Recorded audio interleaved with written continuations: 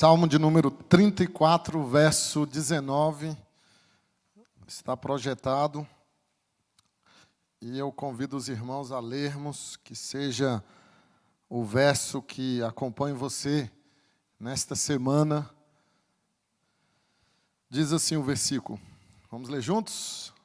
Muitas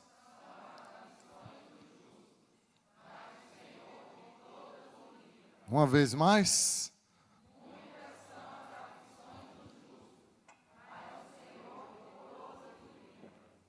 Muitas são as aflições do justo, mas o Senhor de todas o livra. Oremos. Deus, nós te louvamos por todos os irmãos que aqui estão, pelos que também estão no nosso canal agora, conectados, participando do culto ao Senhor. Pedimos que por meio deste versículo tão rico, da poderosa Escritura, o livro do Senhor, Tu fales, ó Deus, ao nosso coração. Apesar de nós, que somos pecadores, que o Senhor fale conosco. Nós queremos ouvir-te, ó Deus. E ouvir o Senhor trará consolo àqueles que estão desconsolados, trará força aos que estão fraquejando, ó Deus, periclitando na vida. Então pedimos que o Senhor faça ressoar no nosso coração a Tua voz poderosa. Em nome de Cristo, nosso Redentor. Amém e amém. Podem se assentar, meus irmãos. Há umas semanas eu falei com vocês de um amigo que estava enfrentando um câncer na medula, um jovem de 30 e poucos anos, e ele veio a falecer. O câncer dele já era em estágio avançado, um câncer terminal. Os médicos proporam ele continuar a fazer o tratamento. Ele teria apenas 3 semanas e ele decidiu que não faria mais o tratamento. Ele decidiu ir para casa para aproveitar os últimos momentos com a sua família. E o sogro dele, que é pastor, o reverendo Tom, escreveu na sua rede social o seguinte: não há explicação fácil para isso. Tantas orações, tantos corações partidos, o único em paz é o nosso genro, tendo recebido a sua recompensa eterna. Foi há apenas 3 semanas que Ana e Filipe souberam que o seu cancro tinha regressado. Os médicos ofereceram pouca esperança e pouco tempo. Filipe escolheu voltar para casa, desistindo dos outros tratamentos. Ele disse-me dias depois: estou à espera de ouvir o Senhor dizer: muito bem, meu bom e servo fiel, entra na alegria do Senhor. Que aflição, irmãos. Para a viúva, que aflição para a família. E esse versículo que nós lemos, ele está num salmo que fala de aflição também. A situação de Davi era desesperadora. Ele jamais escolheria se refugiar na região que ele foi, a região de Gate, do rei de Gate, Aquis, e ele foi para lá fugindo de Saul. E por que eu digo que Davi estava de fato desesperado? Porque essa região de Gate era a capital onde morou, né? O gigante que Davi venceu, Golias. Ele era de lá. Então, o natural é que as pessoas daquela região nutrissem por Davi muita hostilidade. E Davi, fugindo de Saul, ele vai justamente para lá. Para piorar as coisas, Davi precisava de arma. E ele passa, antes de ir para Gate, na casa do sacerdote Aimeleque. E Aimeleque não tinha nenhuma arma para dar a Davi. Qual a arma que ele deu? A espada de Golias. Imagine você, Davi vai para a região de Golias com a espada que ele degola Golias. E quando o levam, Davi, à presença do rei Aquis, Davi finge-se de louco, de doido. Ele começa a babar, a bater a cabeça na parede, e o rei diz assim: mas eu não tenho muitos doidos aqui no reino, não, para vocês me trazerem mais um. Então Davi, irmãos, ele está numa situação de aflição, de desespero a ponto de pedir abrigo para um inimigo. E diz lá em 1º livro de Samuel, capítulo 21, que narra a história de Davi diante de Aques, o rei de Gate, diz que Davi sentiu medo dele. Davi era um guerreiro. Quase não há narrativas em que falam de Davi sentindo medo. Mas aqui, nessa situação, no contexto desse salmo, Davi, irmãos, ele sente medo.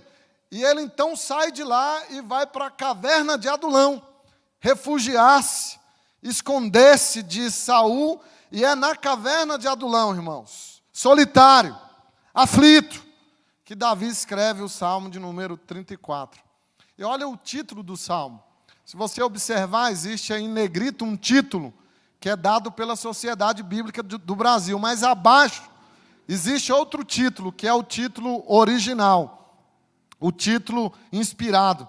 E diz nesse título, Salmo de Davi, quando se fingiu amalucado na presença de Aimeleque e por este expulso se foi.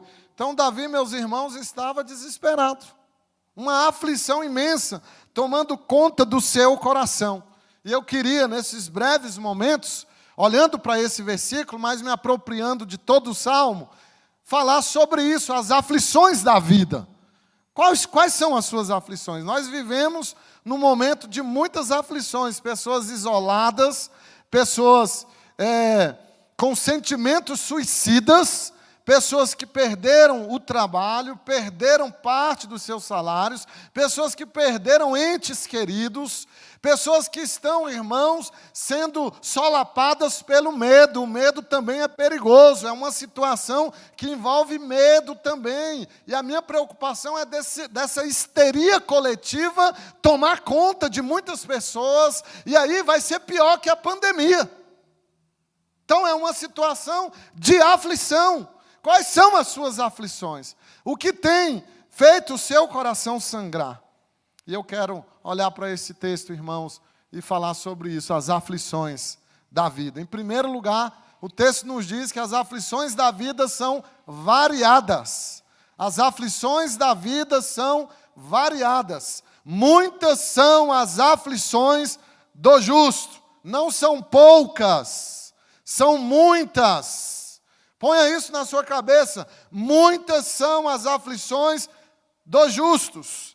Davi, meu irmão, minha irmã, ele foi um homem de aflições, de dores, de dificuldades, até porque Davi, ele aponta para Jesus. Ele é o que nós chamamos em teologia de um tipo de Cristo, porque ele aponta para Jesus. A vida de Davi, o sofrimento de Davi, as conquistas de Davi, as vitórias de Davi, tudo aponta para um Davi maior que ele, para um Messias, um Redentor maior que ele, que é Jesus. E ele sim foi um homem de aflições, perseguido pelos filhos, perseguido por Saul, enfrentando tremendas aflições, até com seus próprios pecados, porque Davi também nessa área teve aflições e fracassou. Então Davi, meus irmãos, escreve dizendo isso: muitas são as aflições do justo. Nós enfrentamos diversas aflições. Tiago diz isso no seu capítulo 1, versículo 2. Meus irmãos, tende por motivo de muita alegria o passardes por várias provações. Várias provações. A palavra aqui para várias é multicoloridas provações, um mosaico de provações. Então nós passamos por provações de diversas maneiras, provações amenas, provações severas, provações leves, provações pesadas. Há diferentes tonalidades de aflições que os filhos de Deus passam. Nós temos aflições externas, aflições internas, na área financeira, na vida familiar, na vida emocional, no psiquismo, em todas as áreas, e até na nossa fé passamos por aflições. Elas são variadas. Soube de um pastor italiano que foi infectado pela Covid, foi para a UTI, aí ele teve uma melhora e ele cantava na UTI. Ele pregava na UTI, para os médicos, para os enfermeiros, para os outros doentes. Médicos ateus, não entendiam como um homem com mais de 80% dos pulmões comprometidos ainda cantava, orava e pregava. E ele veio a falecer, esse pastor. Mas médicos se renderam a Jesus por causa do seu testemunho. Sabe por quê, irmãos? Nós não fomos chamados por Deus para sobreviver ao coronavírus. A nossa luta não é para sobreviver. A nossa luta é para glorificar Deus em todas as coisas.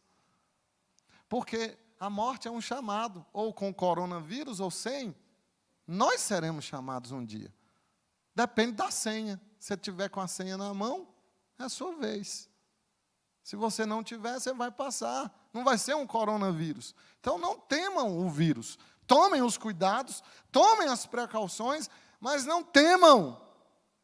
Qual é a sua aflição? Meus irmãos, nós estamos aqui diante de um texto que mostra Davi extremamente aflito. Davi é aquele tipo de pessoa, sabe, quando você está assando a carne cai do espeto sobre a brasa, estava no espeto, caiu na brasa. Tem gente assim, sai do espeto e vai para a brasa. E esse é Davi, tamanho as suas dificuldades. Mas para cada provação que nós passamos, de diferentes matizes, tonalidades, cores e intensidades, Deus tem uma graça para nos dar. Deus tem também a sua graça que é multiforme, e para cada provação, para cada aflição, Ele nos capacita a enfrentar. Ele não nos deixa só. Deus não nos prova além das nossas forças. Ele é misericordioso, Ele é bom, e com a prova Deus traz o livramento, com as aflições Deus traz o socorro. Tudo, irmãos, todas as nossas aflições, elas não estão fora do controle de Deus, elas estão na gênese da própria providência do Senhor para a nossa vida, ainda que sejam de diferentes maneiras. Está na soberania de Deus. Você já leu lá no Evangelho que diz assim, que nenhum fio de cabelo cai da nossa cabeça sem que Deus permita? As provações são variadas. Mas além disso, o texto nos diz, irmãos, que as aflições da vida, além de serem variadas, elas são democráticas. As aflições da vida são democráticas. Diz assim o texto, muitos são as aflições do justo, do crente, do que é temente a Deus, do que serve ao Senhor. Ah, meu irmão, porque você ama a Deus, porque você anda com Deus, você não está imune às aflições. Você não está imune ao coronavírus. Você não está imune à morte. Você não está imune às perdas, ao sofrimento. É democrática as aflições. São democráticas. Elas alcançam todos. Não há nada, não tem nenhum sistema político, não tem nenhuma ONG, não tem nenhuma ideia humana que seja mais democrática que o sofrimento. O sofrimento, a dor, a morte, bate na porta de todo mundo, com dinheiro ou sem dinheiro, de qualquer raça, de qualquer país, de qualquer cor. Ninguém passa pela vida sem beber do cálice, da aflição, do sofrimento. Como é que nós nascemos? Chorando. Como é que nós morremos? Com lágrimas nossas e dos nossos seres queridos. A vida não é indolor.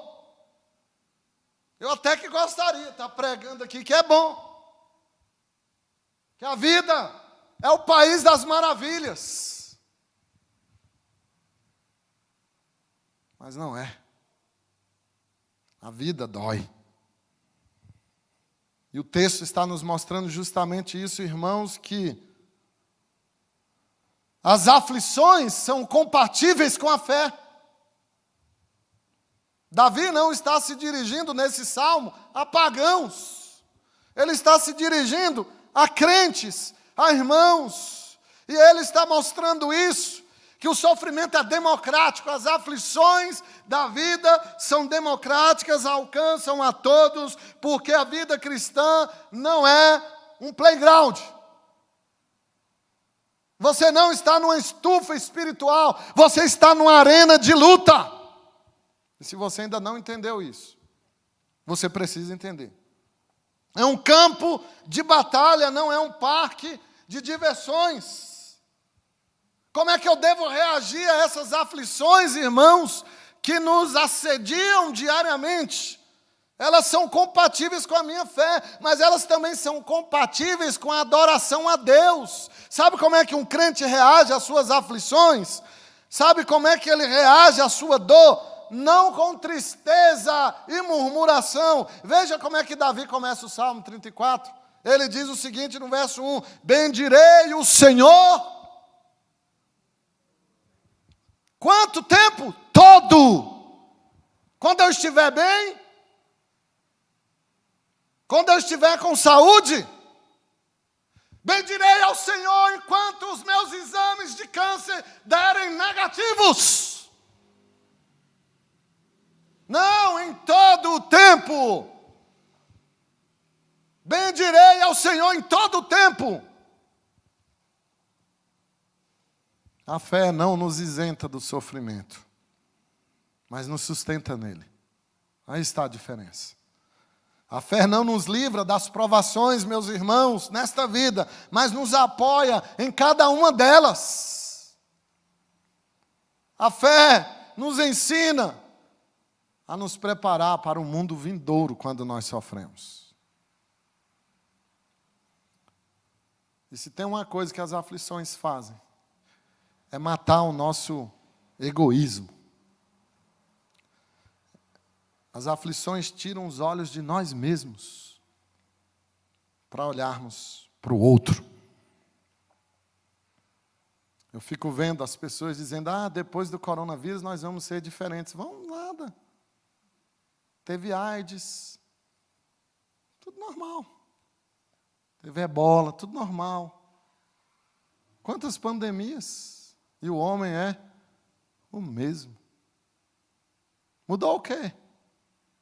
Nada. Mas as aflições, irmãos, elas fazem nos tirarmos os olhos de nós mesmos e olharmos para o outro.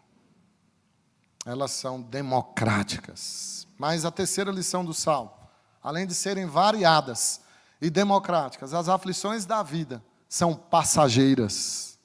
Passageiras, graças a Deus. Olha como Davi termina: mas o Senhor o livra de todas, o livra, mas o Senhor de todas as aflições o livra, o justo. As aflições, irmãos, elas são passageiras, elas não são permanentes. Elas não vieram para ficar, nós não estamos presos nas garras das aflições. O problema é que para muitos, as aflições não passam de um problema de tristeza, de desespero, e essas pessoas não aprendem com as suas aflições. Em outro salmo, Davi diz isso: foi-me bom passar por aflição, porque aprendi a lei do Senhor e os seus decretos.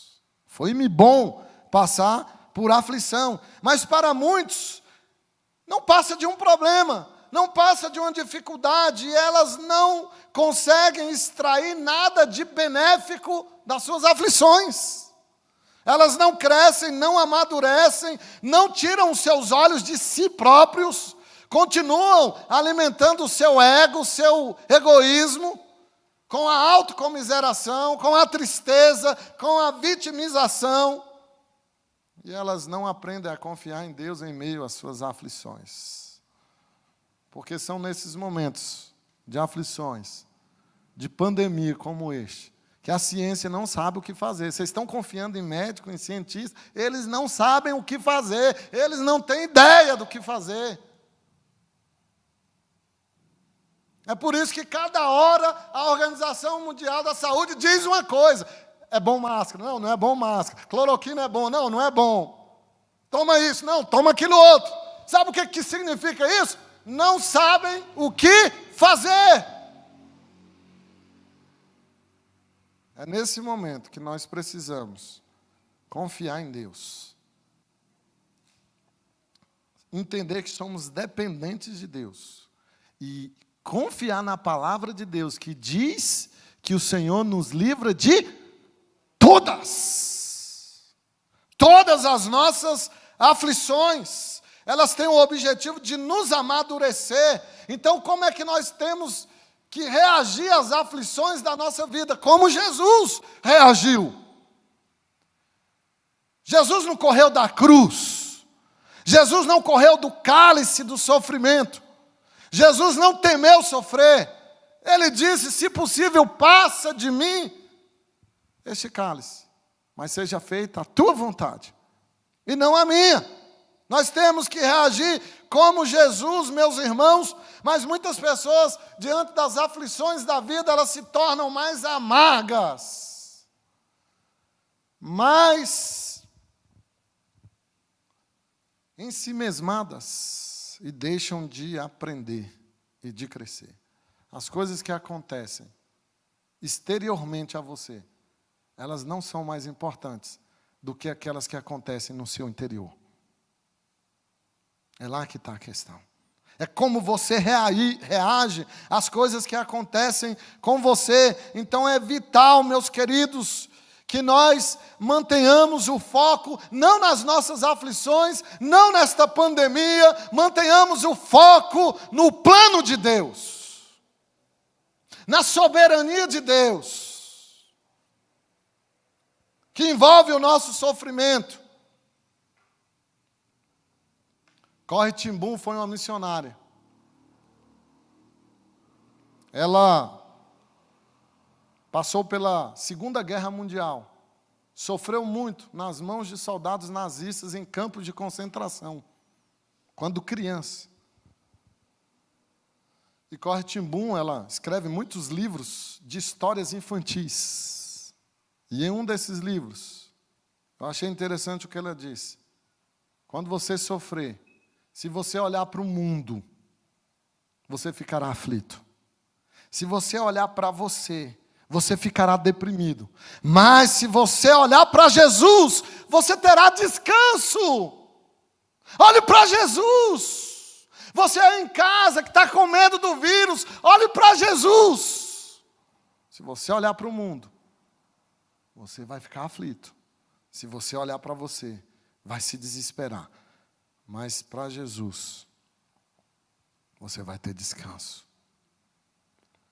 Seu enfoque vai determinar seu sentimento. Depende de onde, para onde você está olhando. E o enfoque tem que ser esse, meus irmãos. É passageiro. Esse vírus é passageiro. Suas aflições são passageiras. Ah, pastor, mas fulano morreu. Passou. Entendeu o que passou? Passou a aflição para ele. Passou a dor para ele. O segredo, irmãos, da resistência é lembrar que o sofrimento é temporário, mas a recompensa é eterna. Esse é o segredo. Onde está o seu olhar? No que é passageiro ou no que é eterno? Paulo disse que em comparação à glória que virá, o sofrimento é nada. É nada. Eu quero concluir, meus irmãos, essa mensagem, dizendo que é uma maneira poderosa de você e eu passarmos pelas aflições da nossa vida. Olha o versículo 8 agora. Volte seu olhar para o versículo 8 do Salmo 34. Oh, provai e vede que o Senhor é bom. Oh, provai e vede que o Senhor é bom. Você sabe que o Senhor é bom. Você sabe. Mas você já provou que Deus é bom? Você já provou que Deus é bom? Por que Davi está falando de provar? Por que Davi simplesmente não nos exortou a pensar, a lembrar? Por que ele não exigiu qualquer outro exercício cognitivo? Por que ele está falando de provar? Sei lá, por que ele não disse meditar, ruminar e que o Senhor é bom? Não, ele está falando de provar, porque quando provamos o sabor, é diferente. Imagina que se eu começar a narrar para você qual é o gosto da fruta do conde. E eu começo a narrar, ela tem esse gosto, ela tem esse sabor, a tessitura é assim. O que isso significa para você? Nada, você não provou, você não sentiu. Então, muita gente sabe que Deus é bom, na cabeça, no entendimento, mas não provou que Deus é bom ainda. E como é que você vai provar que Deus é bom quando você estiver na caverna de Adulão, aflito, desesperado, solitário, no fundo do poço, na lama, e Jesus entrar na caverna, tirar você, você vai provar que Ele é bom. Até lá, você vai saber. Jesus entrou na caverna. Ele foi atrás de Davi, ele foi atrás de mim, ele vai atrás de você. Não importa se o poço é fundo, Jesus chega no poço, ele chega onde você estiver. Sabe por quê? A maior aflição quem passou foi Jesus. Lama sabactane. Não é língua estranha não, tá? É aramaico. Eu não falo em língua estranha. Deus meu, por que me desamparaste? Essa é a aflição do Filho de Deus, por mim e por você. E você lamentando um vírus, lamentando as suas aflições. Quando Jesus entrou na caverna escura, a maior aflição passou Jesus. Ele sabe o que é dor. Ele é o homem de dores. Talvez a aflição jogou você na caverna. Confie em Jesus. Ele vai tirar você de lá. As aflições são variadas. As aflições são democráticas. Mas elas são passageiras. Vai passar, meu irmão. Vai passar a sua aflição. Seja ela qual for. Confie em Jesus. Eu insto você, essa noite, a tirar os seus olhos de você, da sua dor, da sua murmuração, das suas perdas, das suas ofensas, e olhar para o Filho de Deus. Se você olhar para Jesus, você vai descansar. Amém?